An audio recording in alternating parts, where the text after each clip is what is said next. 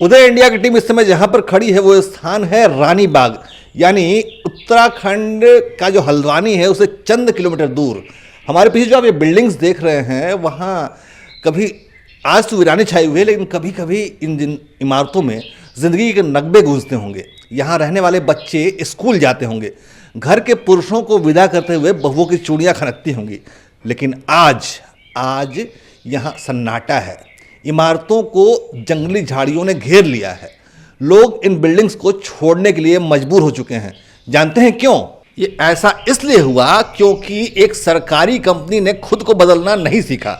ये जगह है देश भर में फैली हिंदुस्तान मशीन टूल्स यानी HMT की फैक्ट्री और आवासीय कॉलोनियों में से एक जगह, यानी कि वो सरकारी कंपनी जो उदारीकरण के बाद प्राइवेट सेक्टर के साथ प्रतिस्पर्धा बर्दाश्त नहीं कर पाई और बंद हो गई, और उसके साथ ही डूब गई हजारों परिवारों की रोजी रोटी और उनकी उम्मीदें। HMT की कहानी उन सरकारी कंपनियों और उसके कर्मचारियों के लिए एक सबक है जो सरकारी सब्सिडी पर अपना हक समझते हैं और बदलाव के लिए तैयार नहीं होते हैं।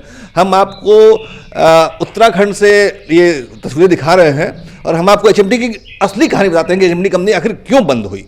HMT ये नाम आज भले ही गुम हो गया है, लेकिन 15-20 साल पहले तक इसकी अलग ही धमक थी। शादी में दूल्हे को गिफ्ट देना हो या फिर बच्चा अच्छे नंबर लेकर पास हुआ हो और उसको उपहार देना हो, सबकी पहली पसंद HMT की घड़ियां ही हुआ करती थी। इस भारतीय ब्रांड का इतिहास गजब रहा है। आज भले ही स्मार्ट वॉच का जमाना हो, लेकिन फिर भी अब भी कई लोग ऐसे मिल जाएंगे जो HMT की सुई वाली घड़ियों को एंटीक आइटम की तरह सहेज कर अपने पास रखते होंगे। करीब 5 दशक पहले यानी 50 सालों तक घड़ियों के बाजार में HMT का नाम लीडर के तौर पर जमा रहा था। HMT की घड़ियां पूर्व प्रधानमंत्री जवाहरलाल नेहरू के समय में बननी शुरू हुई थी।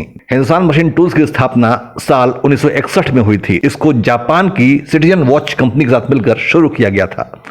कंपनी की पहली घड़ी प्रधानमंत्री नेहरू के लिए बनाई गई थी और फिर देखते ही देखते इसका कारोबार आसमान छूने लगा। 70 और 80 के दशक तक HMT की घड़ियों का बिजनेस बुलंदियों पर पहुंच चुका था। 80 के दशक की शुरुआत तक इसका जलवा कायम रहा था। इसकी दीवानगी ऐसी थी कि हर वर्ग इसे शान से कलाई पर पहनता था। HMT की पहली घड़ी जनता ब्रांड के नाम से थी और ये मॉडल इस तरह फेमस हुआ कि इसने 2 दशक तक बाजार पर राज किया। हालांकि इसके बाद कंपनी ने अपने मॉडल्स में कई बदलाव किए और जवाहर नाम से कई रिस्ट वॉच लॉन्च की। कंपनी की गांधी घड़ी का सीनियर सिटीजन्स में बहुत क्रेज था। HMT के कारोबार की बात करें तो देश में रिस्ट वॉच बनाने वाली इस पहली कंपनी की शुरुआत के 15 सालों के दौरान 11 करोड़ से ज्यादा घड़ियां बेची गई। HMT की घड़ियां हर वर्ग के लिए उपलब्ध थीं। शोरूम्स पर 300 रुपए से लेकर 8,000 रुपए तक की कीमत में HMT की घड़ियां मौजूद थीं। इसमें कलाई घड़ी से लेकर पॉकेट वॉच तक शामिल थीं। 1970 में ही HMT ने सोना और विजय ब्रांड के नाम से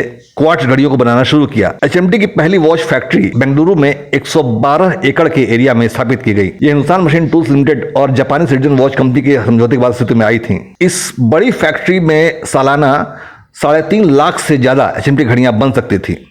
उसके बाद उत्तराखंड के रानी बाग में एक बड़ी HMT फैक्ट्री स्थापित की गई थी, जहां से ये रिपोर्ट पब्लिश की जा रही है। जब भारत में HMT कंपनियों का दबदबा था तो उस समय इस ब्रांड के 3,500 मॉडल बाजार में उपलब्ध थे, लेकिन इसका बुरा वक्त शुरू हुआ उदारीकरण के बाद। HMT को देश की धड़कन कहकर पुकारा जाता था, लेकिन 1961 से शुरू हुआ HMT का शानदार सफर 90 के दशक तक बदस्तूर जारी रहा और 90 के दौर में ही HMT की घड़ी मार्केट में एंट्री लेने वाली टाटा ग्रुप की टाइटन से कड़ी टक्कर मिलनी शुरू हुई। सिर्फ टाइटन ही नहीं बल्कि कई प्राइवेट कंपनियों ने इस सेक्टर में अपनी नई तकनीक और डिजाइन के साथ एंट्री ली। इसके बाद से HMT की घड़ियों और डिजाइन को पुराने जमाने कहकर पुकारा जाने लगा। इसकी बिक्री कम होने लगी, घाटा बढ़ने लगा। ये वो समय था जब दुनिया के लिए भारतीय बाजारों के खुलने के बाद घड़ी समेत हर सेक्टर में प्राइवेट बाजार का कंपटीशन शुरू हो गया था और HMT के मुकाबले के लिए नई तकनीकों और डिजाइनों से लैस घड़ियां बाजार में पहुंचने लगी थी और HMT इनके मुताबिक खुद को अपग्रेड नहीं कर पाई। सामान्य लोग भी नई तकनीकों और डिजाइनों के प्रति आकर्षित होने लगे और HMT बेरुखी का शिकार होती चली गई। कंपनी के लगातार बढ़ते घाटे के चलते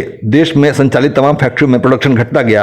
इसके बाद से एचएमटी घड़ियों का क्रेज कम होता चला गया। घटती मांग और बढ़ते घाटे के चलते ही बेंगलुरु से लेकर रानीबाग तक की हर फैक्ट्री पर ताला लगा और देश के लोगों को घड़ी पहनाने की शुरुआत करने वाली ये कंपनी अब इतिहास बनकर रह गई है। हालांकि एचएमटी ब्रांड ने कई प्राइवेट और विदेशी कंपनियों के आगाज के बावजूद कई सालों तक मार्केट में अपनी मौजूदगी कायम रखी, लेकिन साल 2012-13 में भी इन घड़ियों का सालाना कारोबार, लेकिन बढ़ते कर्ज और लगातार घट रहे मुनाफे के कारण सरकार ने इन घड़ियों का उत्पादन बंद कर देने का फैसला किया और देखते देखते एचएमटी घड़ियां पूरी तरह बंद हो गई। साल 2016 आते आते बेंगलुरु मुख्यालय वाली एचएमटी कंपनी के देश में लगभग सभी फैक्ट्रियां बंद कर दी गई, लेकिन हल्द्वानी के नजदीक रानीबाग फैक्ट्री को एक पुराना ऑर्डर पूरा करने के लिए 2016 में फिर से खोला गया। यह ऑर्डर लगभग 5,500 घड़ियों का था, जो कि 1.5 करोड़ की कीमत का था। इस ऑर्डर को पूरा होने के बाद रानीबाग की यह फैक्ट्री हमेशा के लिए बंद हो गई। तब तक कंपनी का घाटा बढ़कर 2,500 करोड़ तक पहुंच गया था और अब हालत यह है कि नई पीढ़ी एचएमटी का नाम तक नहीं जानती। उदय इंडिया के लिए सात्विक बधाया के साथ अंशुमान आनंद की रिपोर्ट।